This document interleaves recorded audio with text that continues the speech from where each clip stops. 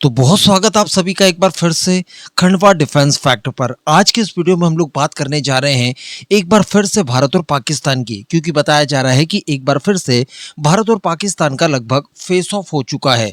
क्योंकि कुछ खबरें ऐसी निकल कर आ रही है जिसमें ये बताया जा रहा है कि पाकिस्तान ने भी अपना मिसाइल ट्रैकिंग शिप, जिस तरह का कि भारत के पास INS ध्रुव है, ठीक इसी तरह का एक शिप जिसे PNS रिजवान नाम इनकी तरफ से दिया गया है, इसे अरब सागर में डिप्लॉय कर दिया है। और बताया ये जा रहा है कि ये भारत की अपकमिंग मिसाइल टेस्ट वगैरह को लेकर जासूसी करने का काम करेगा। लेकिन ठीक इसी तरह की एक मूवमेंट तो भारत की भी हुई है, जिसको लेकर 2 ही दिन पहले मैंने आपको डिस्कस करके बताया।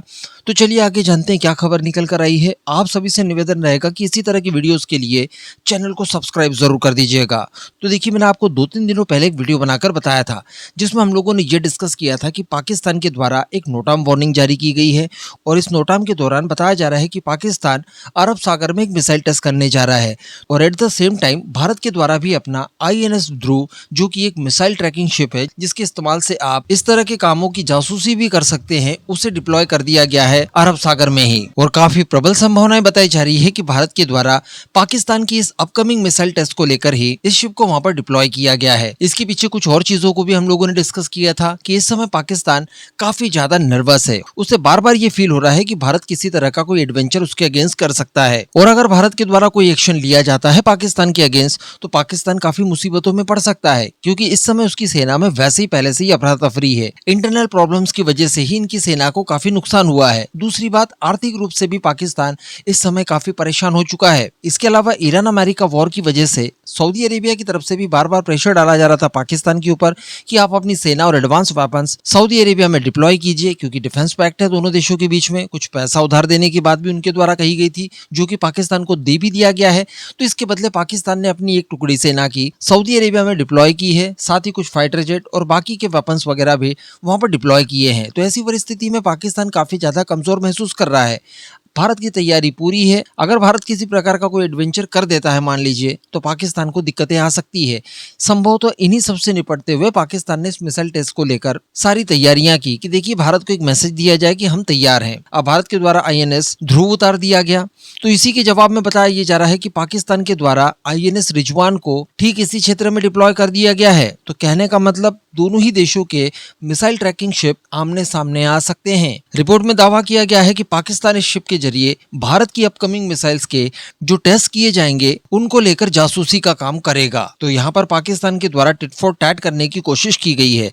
मैं आपको बता दूं कि इस तरह के मिसाइल ट्रैकिंग शिप ज्यादा देशों के पास नहीं है। चाइना, रशिया, अमेरिका और भारत जैसे देश इस एलिट क्लब में शामिल थे, लेकिन इसके बाद पाकिस्तान भी अचानक से एक शिप की व्यवस्था कर लेता है। ये कहां से करता है? तो चाइना से करता है ऑब्वियसली, या ऐसा भी कह दीजिए कि चाइना ने ही दान में दिया है। भाई, भारत दोनों का कॉमन एनिमी है। इस वजह से चाइना चूंकि दूसरे एनिमीज के ऊपर ज्यादा ध्यान रखता है, तो भारत के ऊपर ध्यान रखने का ठेका उसने समझ लीजिए पाकिस्तान को दिया है, और इसी वजह से पाकिस्तान को वो मैक्सिमम वेपन्स वगैरह ऐसी तरह से सप्लाई करते रहता है। इसकी क्षमताएं काफी कम है, काफी छोटा है, लेकिन ये काम वैसे ही कर सकता है। इसका काम समझने के लिए आप भारत के शिप की जिम्मेदारियां और उसके द्वारा किए गए ऑपरेशंस को समझिए। देखिए, इसे ऑपरेट किया जाता है NTRO और DRDO के संयुक्त प्रयासों से। INS ध्रुव की अगर बात की जाए तो ये गैदर कर सकता है इलेक्ट्रॉनिक इंटेलिजेंस, जिसके जरिए ये मिसाइल और सैटेलाइट्स को ट्रैक कर सकता है, और इनकी जानकारी ये हमारे स्ट्रेटेजिक वेपन्स और साथ ही एंटी बैलिस्टिक मिसाइल्स को दे सकता है। कहने का मतलब, मान लीजिए कि भारत के ऊपर कोई बैलिस्टिक मिसाइल से अटैक करता है, चाइना या फिर पाकिस्तान ने कर दिया, तो इसकी जानकारी ये स्वयं लगा लेगा पहले ही,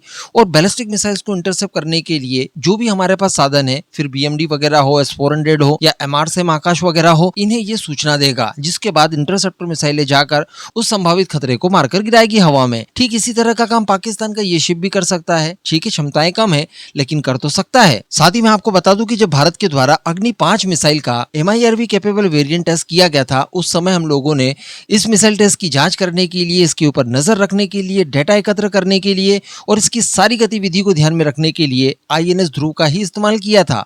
तो अगर अच्छे कामों के लिए इंटेलिजेंस गैदर की जा सकती है इससे, तो इससे जासूसी के काम के लिए भी की जा सकती है। तो अल्टीमेटली एक बड़ा मोमेंट पाकिस्तान और भारत के बीच में यहाँ पर खड़ा हो चुका है। देखने वाली बात रहेगी कि भविष्य में किस किस तरह की चीजें यहाँ पर हमें देखने के लिए मिलती है।